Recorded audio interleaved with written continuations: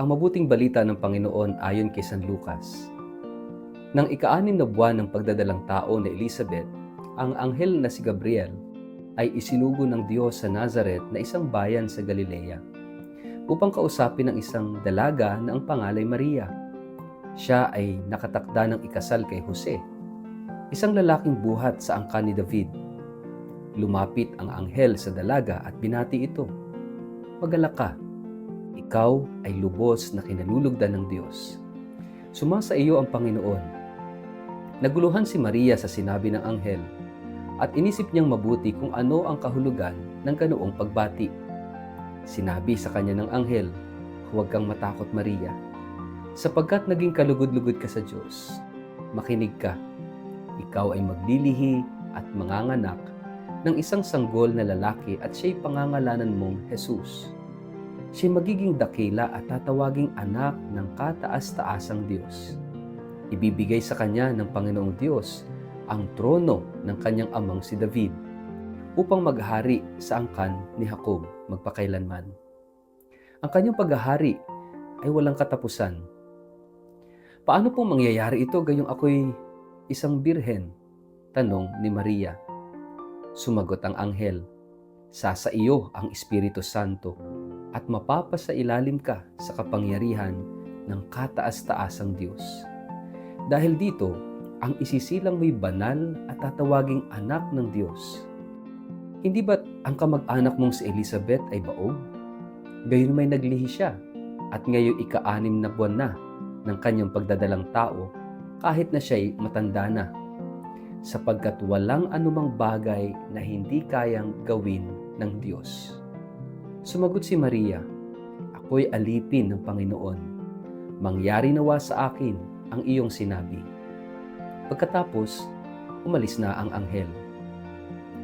Ang mabuting balita ng Panginoon. Word of the day, hear what God has to say. Mapagpalang araw po sa inyong lahat. Kamusta po kayo? Ang ating word of the day ay proclamation. Sa bawat panahon ng paghihintay, dumarating ang sandaling kailangan na tayong magdesisyon. Sa ating paglalakad sa paglalakbay nating ito sa 3 linggo ng Adbyento at 5 araw na rin ang ating Misa de Gallo, dumarating sa atin ang isang mahalagang paanyaya, ang tawag na hindi lamang maghintay kundi magpahayag. Ang isang salita na maaring maging susi sa ating pagninilay ngayong araw na ito ay ang salitang proclamation o pagpapahayag, sapagkat ito ang puso ng mabuting balita ngayon. Si Maria ay hindi lang naging tahanan ng salita ng Diyos, siya rin ay naging tagapagdala ng mensahe ng Diyos sa buong sanlibutan. Ang kanyang fiat o yung kanyang oo ay isang pagpapahayag ng pananalig, ng pagtitiwala at ng bukas na puso. Sa Ebanghelyo ni San Lucas, muling dinadala tayo sa isang payak ngunit makapangyarihang tagpo. Sa isang tahimik na bayan ng Nazareth, lumapit ang anghel na si Gabriel sa isang dalagang nagngangalang Maria. Ang salitang ibinulong sa kanya ay hindi basta paanyaya. Ito'y isang pagbubunyag ng plano ng Diyos na nais magsimula sa kanyang sinapupunan.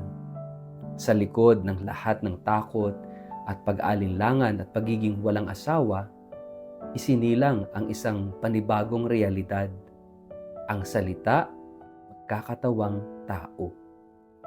Hindi madaling unawain ang laki ng tinanggap ni Maria. Siya ay pinili ng Diyos hindi dahil siya ay dakila sa mata ng mundo, kundi dahil siya ay handang magpahayag ng kanyang pananampalataya kahit hindi pa niya lubos na nauunawaan ang lahat. Ang kanyang sagot na, "Mangyari nawa sa akin ayon sa iyong salita," ay hindi lamang tanda ng pagsunod. Ito'y pagpapahayag ng kabuuang tiwala sa Diyos. Isang pagtanggap na walang kondisyon. Isang pagtitiwala na kahit ang bukas ay hindi tiyak, ang Diyos ay naruroon. Sa ating sariling karanasan, tayo rin ay may mga sandaling tinatawag upang magpahayag. Hindi ito laging sa pamamagitan ng salita. Minsan, ito ay sa katahimikan. Minsan ito ay sa mga desisyong mahirap ngunit kailangang gawin. Sa mga panahong tayo ay nalilito, may mga tanong at tila walang kasiguruhan, naroon ang panawagan ng Diyos. Huwag kang matakot. Gaya ng sinabi ng anghel kay Maria. At sa mga panahong iyon, inaanyayahan tayo na tumugon, hindi sa takot kundi sa pananampalataya. Marahil, ito rin ang hamon sa ating lahat sa gitna ng Adbyento, ang tumigil sandali at tanungin ang ating sarili. Ano ang mensahe ng Diyos na gustong ipahayag sa pamamagitan ko? Sa aking pamilya, sa aking komunidad, sa aking trabaho, sa aking pagiging Kristiyano. Meron bang bahagi ng aking buhay na tinatawag ng Diyos na maging daluyan ng kanyang salita? Ang pagpapahayag ng Diyos ay hindi natapos kay Maria. Sa katunayan nga, nagsimula pa lamang ito sa kanya.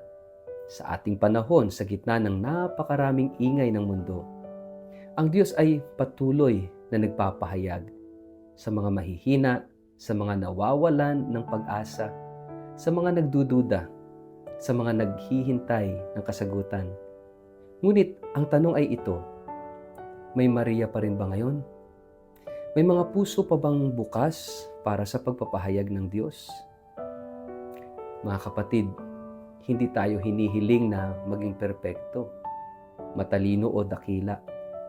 Tayo ay tinatawag na maging bukas. Bukas sa plano ng Diyos, bukas sa pagbabago, bukas sa misyon. Ang isang pusong nagpapahayag ay isang pusong handang magbigay ng tahanan sa salita ng Diyos. Ang isang buhay na pagpapahayag ay isang buhay na handang isabuhay ang pananampalataya. Hindi lamang sa simbahan kundi sa araw-araw na pakikibaka natin sa buhay.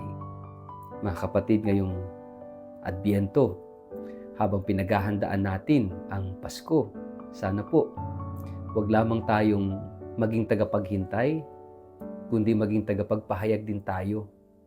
Tulad ni Maria, hayaan natin ang ating oo sa Diyos ay maging simula ng panibagong liwanag sa mundo. Sa ating simpleng pagsunod, maaaring may bagong Kristo ring isinilang sa puso ng ating kapwa, sa gitna ng ating pamilya, sa kalagitnaan ng ating bayan. Ang tanong para sa ating lahat ngayon ay, ano kayang bahagi ng ating buhay ngayon? Inaanyayahan tayo ng Diyos na magsabi ng oo. Sa anong paraan kaya tayo tinatawag upang maging tagapagpahayag ng kanyang presensya sa mundo? Sa ngalan ng Ama, ng Anak at ng Espiritu Santo. Amen. Panginoon, salamat sa iyong salita na muling bumubuhay sa amin. Tulad ni Maria, bigyan mo kami ng lakas ng loob upang tumugon sa iyong paanyaya. Turuan mo kaming magpahayag ng iyong pag-ibig, hindi lamang sa salita kundi sa gawa. Naway sa aming oo, mas makilala ka ng buong mundo. Amen. Pagpalain po kayo't ingatan ng makapangyarihang Diyos, Ama at Anak at Espiritu Santo. Amen.